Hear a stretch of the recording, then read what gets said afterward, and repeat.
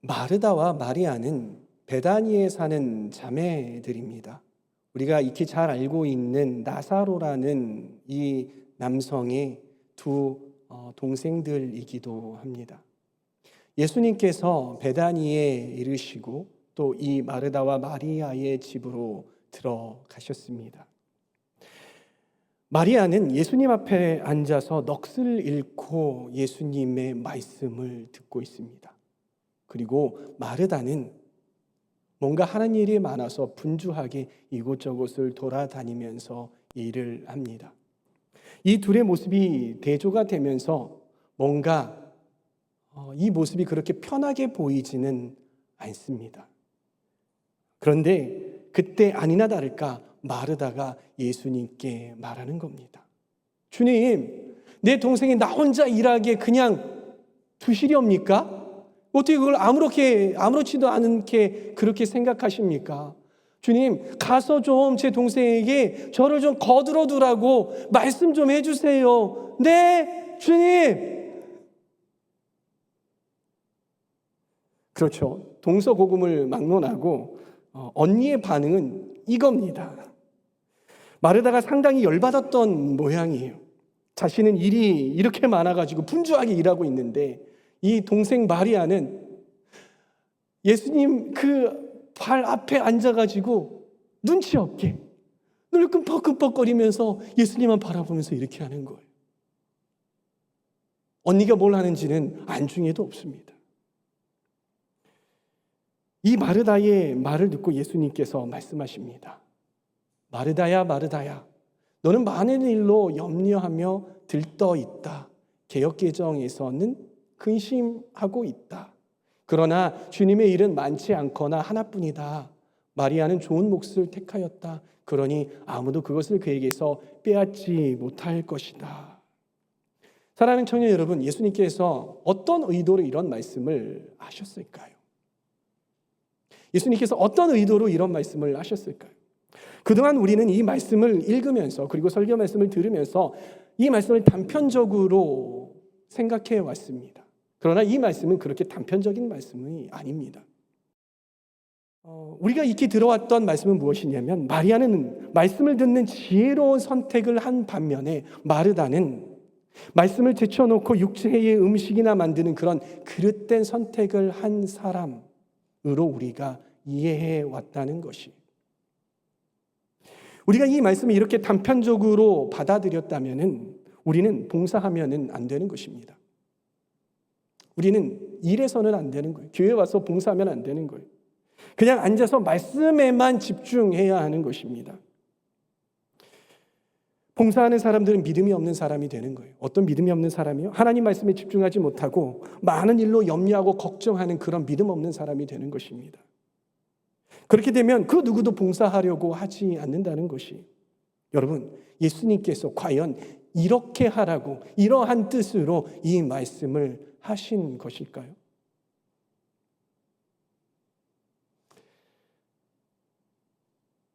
요한복음 11장 27절 말씀을 함께 보십시다. 예, 주님은 세상에 오실 그리스도이시며 하나님의 아들이심을 내가 믿습니다. 이 말은 누가 한 말일까요, 여러분? 이 말은 베드로가 한 말이 아닙니다.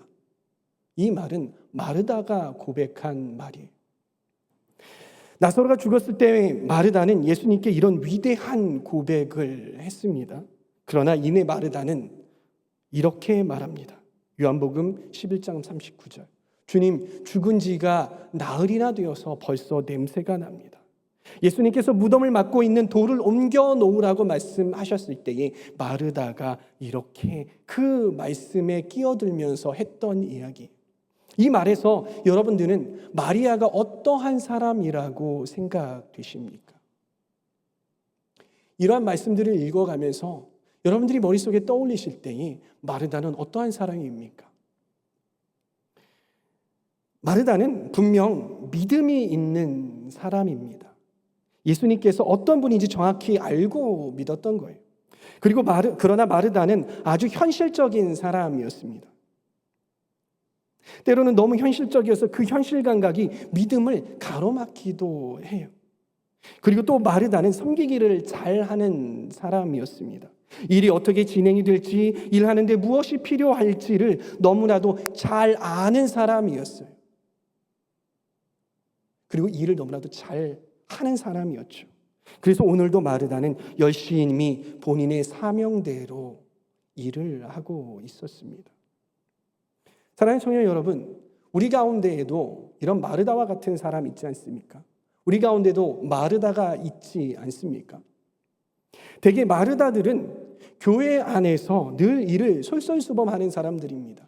그리고 다른 사람들이 이 사람을 볼 때 일 참 잘한다라고 생각하는 사람인 것이죠. 그리고 이런 마르다들이 공동체에서 일을 해야 공동체가 돌아가게 되는 거예요.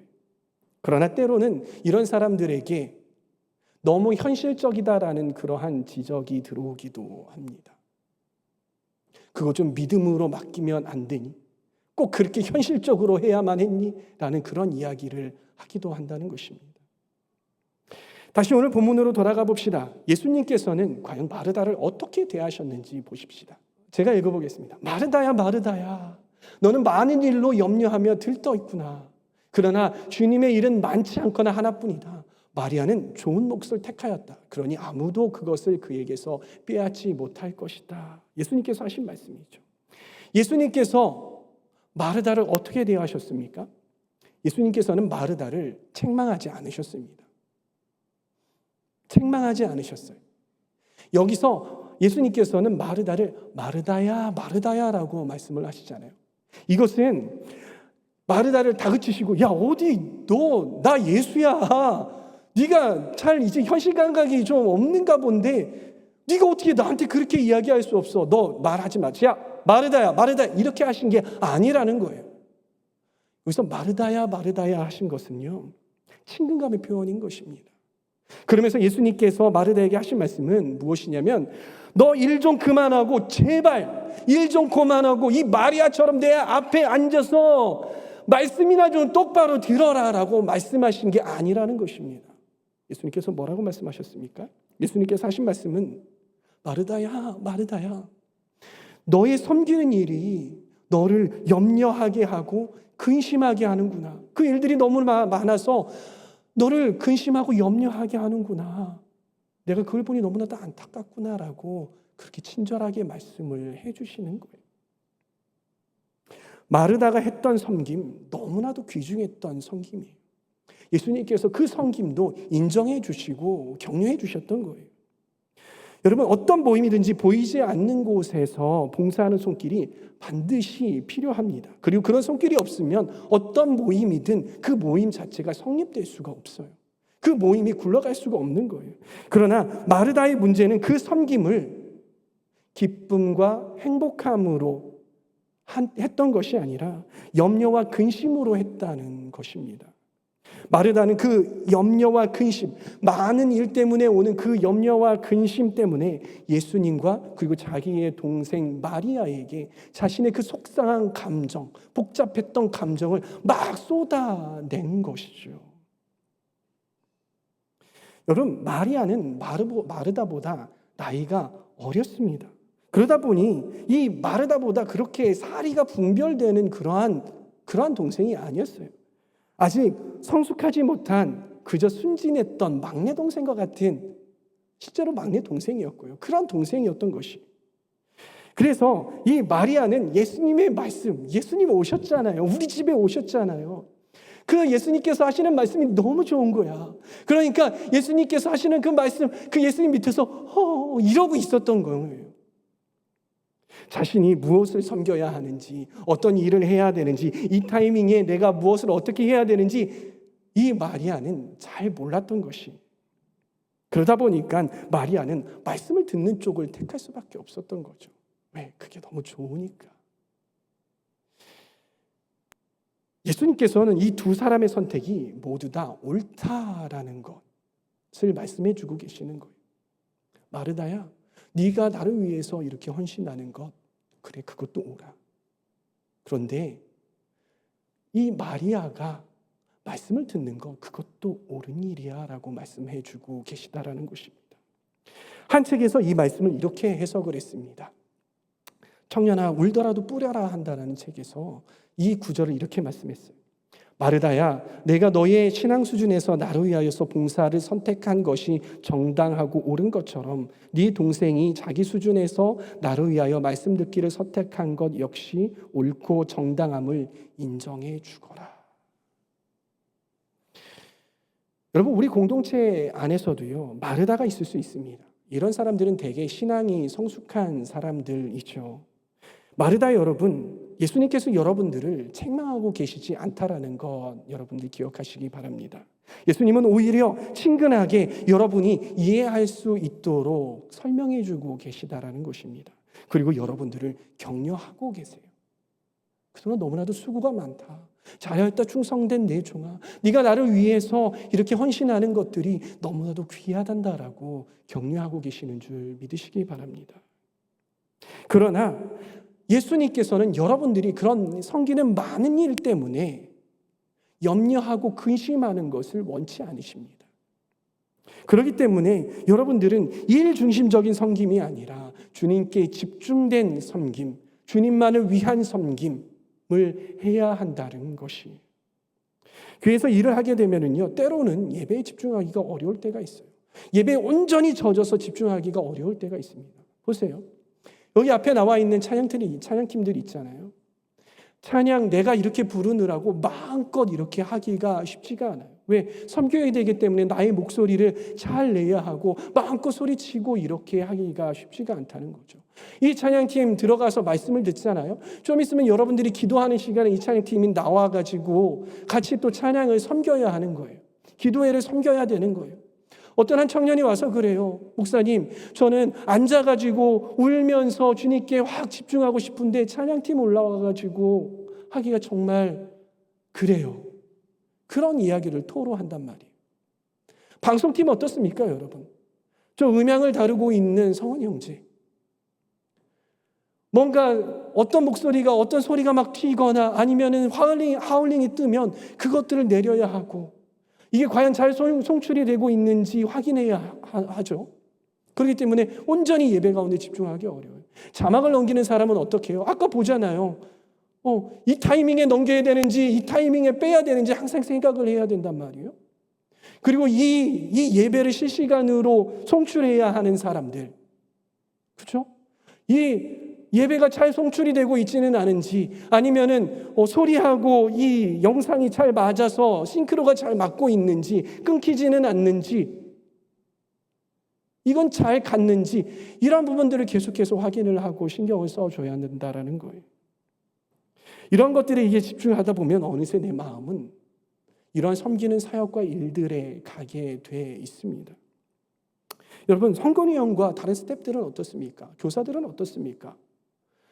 제가 예배를 잘 드리고 있는지, 예배 가운데 뭐 필요한 게 없는지, 찬양 잘 드리고 있는 중간에 헌금을 다 걷어가지고 가지고 있다 여기다 갖다 놓고 헌금 기도가 끝나면 가져다가 놓고 이런 일들을 계속해서 섬겨야 된다는 것이죠. 그러면 여러분, 우리는 이 모든 것들을 다 내려놓고 그만둬야 되나요? 찬양팀 그만해야 됩니까? 반주하는 거 그만해야 됩니까? 아니면 저 뒤에서 음향하는 거 다 끄고 그냥 마이크 그냥 대충 하나 켜놓고서는 이렇게 해야 되는 겁니까? 자막, 아이고 그냥 성경책 갖고 다니세요 해가지고 자막 그만둬야 되나요? 이런 섬김들을 하지 않으면 이런 모든 것들이 스탑이 되는 거예요. 그렇죠? 저도 그래요. 저도 온전히 예배 드리려면 설교 어떻게 하지 말아야 되나요? 이러한 현상들이 벌어지게 되는 것이죠. 사랑하는 마르다 여러분, 여러분이 그런 섬김을 하는 중에서도요, 여러분은 그럼에도 불구하고 최선을 다해서 그 자리에서 주님을 예배해야 합니다. 주님께 집중해서 예배해야 하는 것이에요. 하나님이 여러분들에게 그 일을 맡기셨을 때에는 하나님께서 그 일을 하면서 동시에 주님을 예배할 수 있는 충분한 능력과 충분한 힘을 여러분들에게 주셨습니다. 아멘. 아멘. 그런 것들 주님께서 주셨단 말이에요. 제가 늘 찬양팀과 방송팀에게 하는 이야기가 있습니다. 신디를 치면서 이 기능적인 것들에, 음악적인 것들에 집중을 해야 하지만 때로는 한 손이 놀고 있을 수도 있잖아요. 그렇죠? 항상 두 손을 다 치는 건 아니잖아요. 그러면 때로는 이렇게 찬양을 하다가 내 입술은 하나님을 찬양하면서 입술을 열어서 찬양을 하고 이 다른 한 손은 주님 앞에 손을 들면서 찬양하라 라고 제가 주문을 합니다. 도전이죠. 방송실에게도 제가 주문을 합니다. 음향을 하면서 들어야 하지만 그럼에도 불구하고 입술을 열어서 주님을 찬양해야 하는 거예요. 자막을 넘기는 사람도 자막을 넘기면서 한 손으로는 자막을 넘기지만 한 손은 손을 들고 주님을 찬양할 수 있고 내 입술은 입을 떼서 주님을 찬양할 수 있는 거예요. 하나님께서 그런 힘을 주셨단 말이에요. 얼마든지 우리가 예배에 집중하고 나아가면 그렇게 우리가 나아갈 수 있어요. 그렇게 예배할 수 있단 말이에요. 내가 예배할 상황이 보장될 때에만 예배하는 그러한 사람은 진정한 예배자가 아닙니다. 진정으로 신앙이 성숙한 사람이 아니에요. 아직 어린아이인 거죠. 예배할 환경이 되지 않을 때에도 예배할 수 있는 사람이 진정한 예배자인 거고 그러한 사람이 진정으로 신앙이 성숙되어 있는 사람들인 거예요. 여러분, 바울과 실라는 어떻습니까? 바울과 실라는 실컷 얻어맞았습니다. 얼굴이 그냥 피투성이가 된 거예요. 온몸이 그냥 다 골절이 될 정도로 멍이 들고 피투성이가 된 그 몸을 가지고 감옥에 투옥이 됐어요. 감옥에 투옥이 됐을 때 그 바울과 실라는 무엇을 했습니까? 아이고 아파, 여기 부었네, 여기 멍들었네, 파스 좀 갖고 와라, 간수장님 거기 파스 없어요, 여기 좀 붙이게, 이렇게 했습니까? 아닙니다. 그들은 무엇을 했습니까?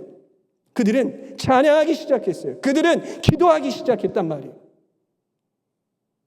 예배할 수 없는 그곳에서도 그들은 예배할 수 있었단 말이에요. 그때 어떠한 역사가 일어났습니까? 지진이 일어났어요. 그리고 그 문이 열려져 버렸단 말이에요. 그런 놀라운 역사가 그들이 예배하는 가운데 있었어요. 예배할 수 없는 상황 가운데 예배했을 때 그들이 놀라운 역사를 경험할 수 있었던 것입니다. 사랑하는 청년 여러분, 여러분이 섬기고 있는 속에서도 예배하고 어떤 주님을 찬양하기로 결정하시기 바랍니다. 신디를 칠 때에도, 내가 마이크를 들고 찬양할 때에도, 찬양 인도를 할 때에도, 드럼을 칠 때에도, 음향을 섬길 때에도, 다른 것들을 섬길 때에도, 헌금위원 할 때에도, 임원으로서 뭔가를 해야 할 때에도, 그때에도 하나님 앞에 하나님께 집중하고 예배하며 나아가시기 바랍니다. 여러분들을 묻고 그 가운데 주님을 예배하지 못하게 하고 있는 모든 것들을, 모든 체인들을 모두 다 끊어버리시기를 바라요. 그 가운데 놀라운 역사가 여러분들의 삶 가운데 있을 거예요. 그 예배 가운데 놀라운 역사가 있을 거예요. 여러분이 놀라운 돌파를 경험하게 될 것입니다. 누구처럼요? 바울과 실라처럼. 사랑하는 마르다 여러분, 이 영역에 여러분들을 도전해 보시기를 바랍니다. 성도 중에는 마리아처럼 예배에만 집중해야 하는 그런 사람이 있어요. 다른 것에 신경 쓸 여유가 없는 사람들이죠. 예배에 나오는 것 그 자체도 어려운 사람이에요. 예배에 나올 수 없는 거예요. 그러나 그분들이 예배에 나온 이유가 있어요. 왜? 예배를 안 드리면 죽을 것 같으니까. 그래서 예배에 나온 사람들이라는 말이에요. 누군가는 그런 사람들을 보면서 마르다처럼 아이고 너 헌신해야지, 이거 섬겨야지, 저거 섬겨야지, 그렇게 이야기할 수 있어요. 다그칠 수 있단 말이에요. 그러나 예수님은 마리아를 향해서 뭐라고 했습니까? 예배에만 집중하는 것, 그것도 좋은 선택이라고 인정해 주셨잖아요. 우리들도 그런 마리아에게 인정해 주어야 하는 거예요. 그런 마리아를 인정해 주어야 하는 거예요. 그래, 너가 예배하지 않으면, 이 시간에 이렇게 온전히 주님을 예배하지 않으면 안 되는 친구구나. 그래, 예배해. 그리고 예배하는 것들 도와주어야 하는 것이죠. 그런데 다만 나는 봉사는 안 하고 계속 평생 동안 교회 일 봉사는 안 하고 예배만 할 거야. 예배만 집중할 거야. 나 건들지 마. 나 뭐 섬기라고 하지 마. 나 그냥 예배만 할 거야. 언제까지? 끝까지. 이러는 사람은, 이거는 성숙하지 못한 태도, 올바르지 못한 태도이라는 것 여러분들 아시기 바랍니다. 제가 성숙하지 못했을 때의 경험을 여러분들에게 좀 나누려고 합니다. 10년 전이었습니다.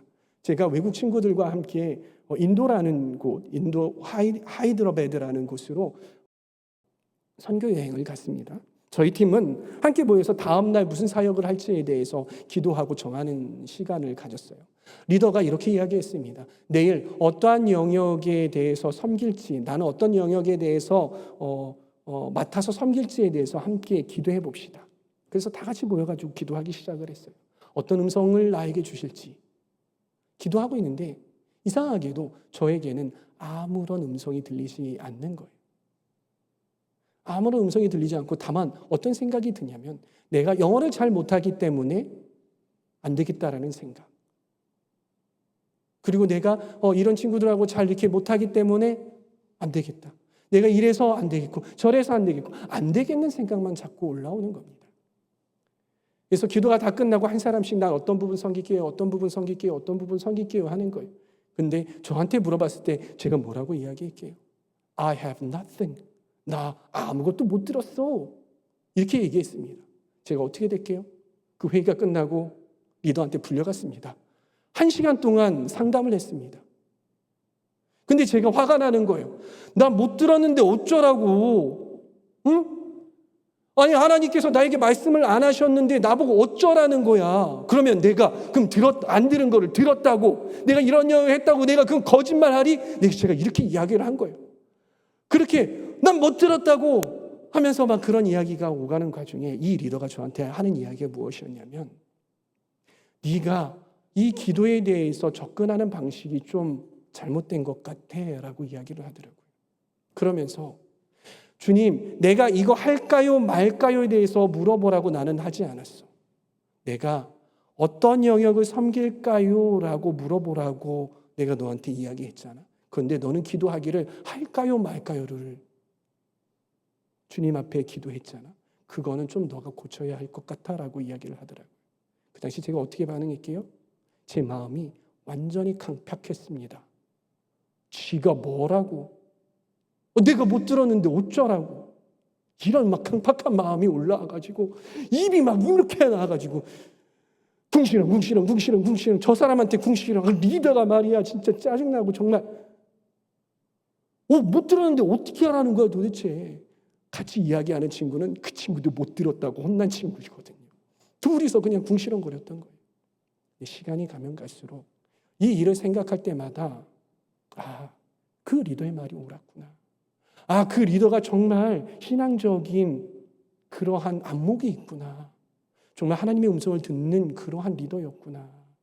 내가 그때 그렇게 반응하지 말았어야 했네. 내가 너무 강팍했구나라는 그런 생각이 드는 거예요.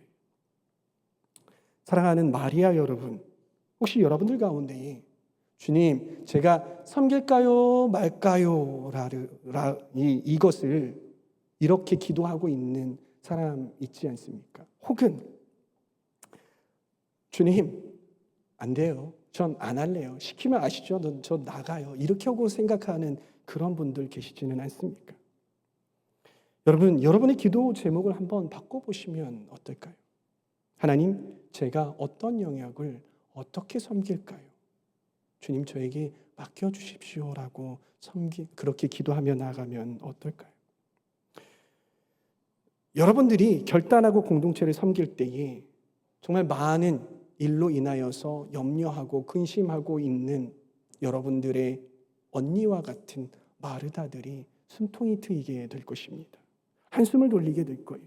그들이 예배에 집중할 수 있게 되고 또 기쁜 마음으로 자기가 하고 있는 사역들을 하고 함께 나눌 수 있을 것이라는 거예요. 그리고 무엇보다 그렇게 결단하고 나아갈 때 여러분이 더 깊은 성숙의 길로 나아갈 수 있다는 것입니다. 저는 여러 공동체에서 구성원으로 있어 보기도 하고 리더로 있어 보기도 했습니다. 근데 많은 공동체를 경험하면서 드러나는 문제가 공통적인 문제가 있어요.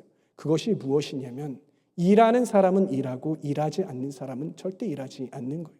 그리고 일하는 사람은 그 일에 파묻혀서 지내다가 힘들어서 탈진하고 넘어지고 번아웃돼서 힘들어한다는 것입니다. 늘 봉사하는 사람만 봉사하고 다른 사람은 예배만 딱 드리고 내 일은 끝났으니까 난 건들지 마. 이런 현상이 벌어진다는 것입니다. 그러면 제가 좀 전에 이야기했던 것처럼 봉사하는 사람은 죽어라 일만 하다가 탈진하고 번아웃됩니다. 아웃사이더들은 공동체에는 그다지 관심이 없어요. 그냥 일주일에 한 번 나와서 예배, 내가 드려야 하는 예배 한 번 딱 드리고 가면 되는 것이죠. 그리고 나를 건들지 마라는 모드로 누가 나에게 뭐 좀 해보면 어떨까라는 그런 이야기를 할까 봐 상당히 경계하고 도망 다니는 것이죠. 그러다가 공동체의 분위기가 뭔가 좀 안 좋고, 그리고 공동체에서 뭔가 실수가 드러나는 것들이 보이면 그건 너무나도 잘 보이는 거예요. 왜 저래? 에휴, 그러니 내가 이 공동체 안 섬기지. 내가 안 하길 잘했어. 이런 마음이 들기 마련인 것이죠. 실망하고 비판하는 것입니다. 대부분의 공동체가 이런 모습들이 있어요.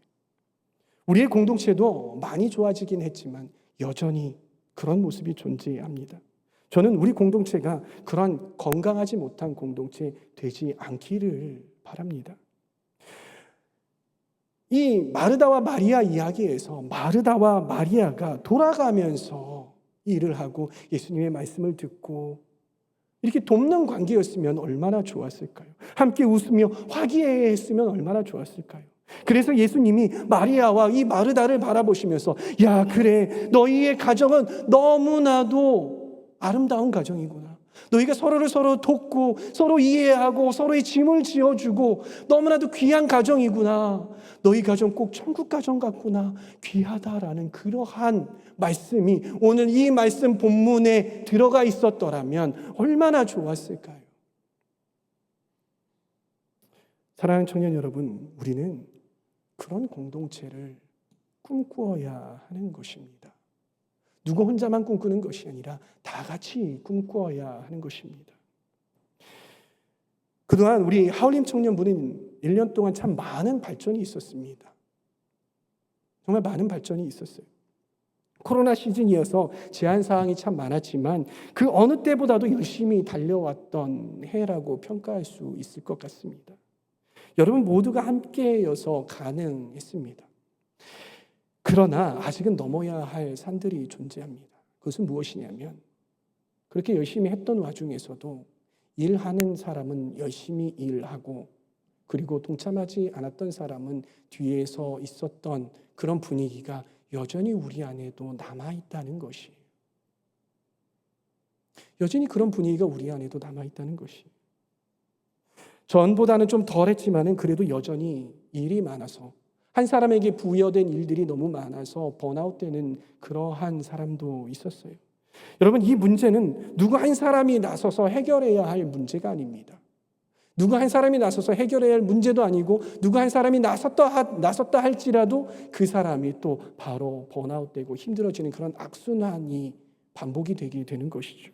이것은 구조적으로 풀어가야 하는 문제, 공동체적으로 풀어가야 하는 문제, 함께 만들어가야 하는 문제인 것입니다. 방법이 하나 있기는 합니다. 그것은 무엇이냐면 모든 공동체원들이 이 청년부 안에, 공동체 안에 필요한, 해야 하는 그러한 사역들을 한 가지씩만 감당해 주면 이러한 문제들은 완화되고 또한 해결될 수 있다는 것이, 예배만 드리고 썰문처럼 빠져나가는 것이 아니라 공동체 안에 한 가지씩 봉사하면 이런 문제는 정말로 쉽게 해결이 될 수 있는 문제인 것입니다. 사랑하는 주임제교회 하울림 청년 여러분, 공동체 여러분, 공동체는 한 몸입니다. 몸은 함께 붙어 있습니다. 그리고 함께 갑니다. 각 지체가 자신의 역할을 제대로, 자신이 있는 곳에서 자신의 역할들을 제대로 할 때에 그 공동체는 건강한 공동체가 될 수 있는 것이에요. 그러나 할 수 있음에도 불구하고 하지 않는다면 누군가는 그 짐을 지어야 되는 거예요. 한쪽으로 기울어지고요. 한쪽으로 기울어지면은 그 기울어진 쪽으로 힘이 더 받게 되고 고통이 더 받게 되고 그런 사람 그 지체는 더 염려하고 더 근심하게 되어진다라는 것입니다. 우리 모두 다 자기가 맡은 자리에서 자원하여서 그 자리를 커버해 주시기를 부탁드립니다. 또한 우리 공동체 가운데 힘들어하고 아파하는 공동체에 있을 수 있어요. 그래서 자신의 역할을 제대로 할 수 없는 그런 지체들도 있습니다. 사랑하는 청년 여러분, 그러한 지체들 인정해 주십시다. 그러한 지체들 존중해 주십시다. 그러한 지체들에게 격려해 주시고 그러한 지체들의 짐을 같이 짊어지십시다. 그럴 때 우리 공동체는 건강한 공동체가 될 수 있는 것이에요. 그래서 힘겹게 움직이는 공동체가 아니라 우리 모두 함께 예수님을 바라보며 함께 어깨동무하고 함께 달려나아가는 그러한 공동체 되기를 소망합니다. 그래서 예수님께서 우리 공동체를 바라보실 때에 그리고 말씀하실 때에 너희 공동체는 정말 서로가 서로를 사랑하고 함께 돌보는 사랑의 공동체구나. 천국 공동체 같구나. 너무나도 귀하다라고 칭찬하실 수 있는 그러한 공동체 함께 만들어 가시기를 부탁드리겠습니다. 아멘.